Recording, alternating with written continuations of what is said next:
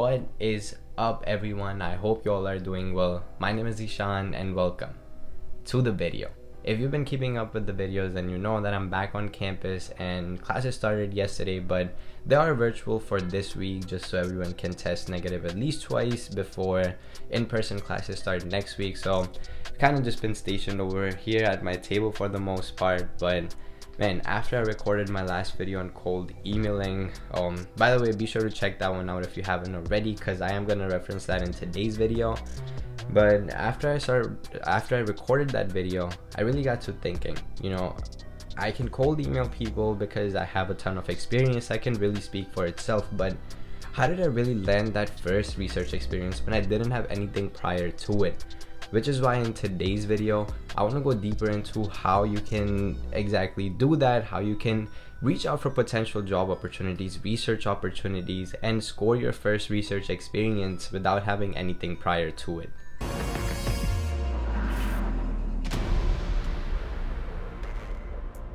So my first research experience was actually during my freshman year of my undergraduate career here at Wheaton, where I was working in the planetary mapping lab. And I have a detailed video on this that I've done in the past, and I'm gonna link it here now, so be sure to check that one out if you haven't already. It goes into the details of how I got this research experience and what I got out of it.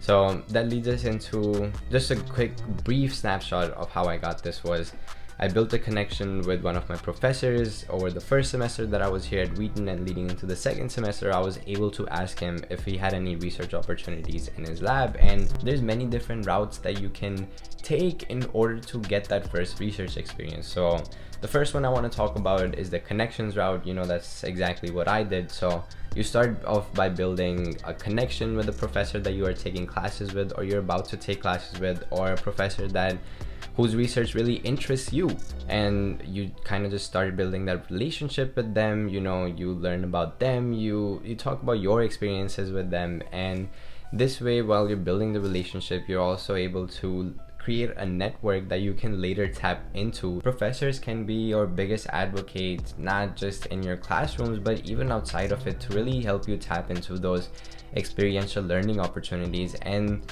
that's why it's super essential to start building relationships with your professor, so you can establish a network of diverse individuals that you can learn from, grow with, and honestly, they're going to be your biggest support system to help you tap into certain opportunities on campus when you don't have any prior experience.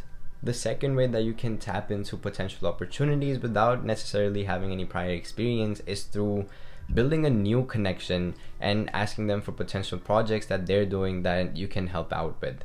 Now, this is something that can be slightly harder than the first one, which is why cold emailing is going to really come in handy for this step, because you're going to need to reach out to strangers that you don't know to build that connection with them.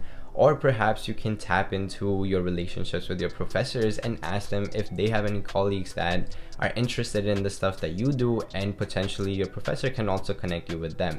This is something that I've done in the past myself prior to the summer of 2021, where I was reaching out to a bunch of different scientists.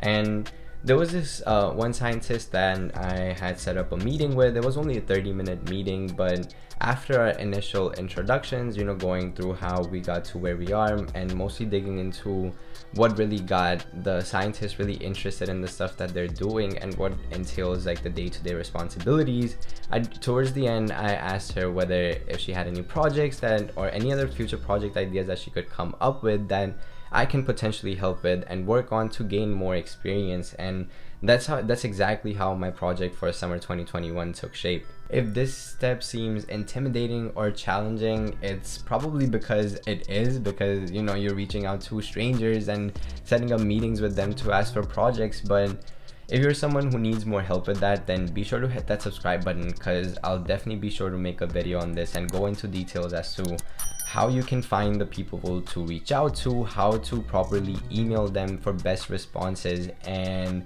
how to prepare for that meeting to ask for potential project ideas. So hit that subscribe button and turn on notifications. The third way to land a potential opportunity without having prior research experience is through official research programs for the summer. These are things like REUs, SERFs, or SERPs, and these are basically summer experiences for undergraduate students. And these programs usually encourage folks who don't have prior research experience, because the goal of these programs is, you guessed it, to give you research experience and help you realize what it is you want to research and go into, so you have a better idea of where you want to head after that program and after your graduation from college. Then the question comes, how do you get these research experiences paid?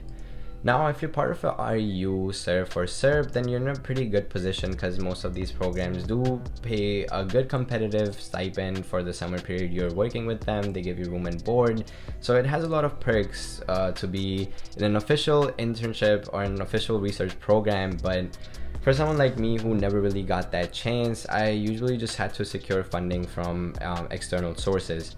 So, I mean, some of the research that I've done has also just been for credit on campus, and some of the research that I've also done has also been completely unpaid and just didn't have any credits. So I can't really complain though, because it did give me a lot of experience. But in terms of securing like external funding, you just have to apply to scholarships and grants, either in your institution if it's big enough to give you those grants, or outside of your institution to secure that external funding that you can use for your independent projects. And I'm personally a big advocate for this, even though this requires some extra steps like looking for those external things. But man, it really gives you that leeway and flexibility to really choose independent research projects and do things that you're interested in, instead of having to confine to other people's interests or other people's projects. And building something of your own also just gives you that sense of independence that you can really work and develop,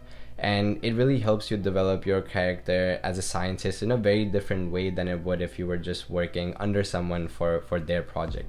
Wrapping this video up here, there's many different ways that you can go about trying to find that first research opportunity when you don't have that prior experience, and there's not really a right or wrong way to go about it as long as it fits your journey and what you want to do.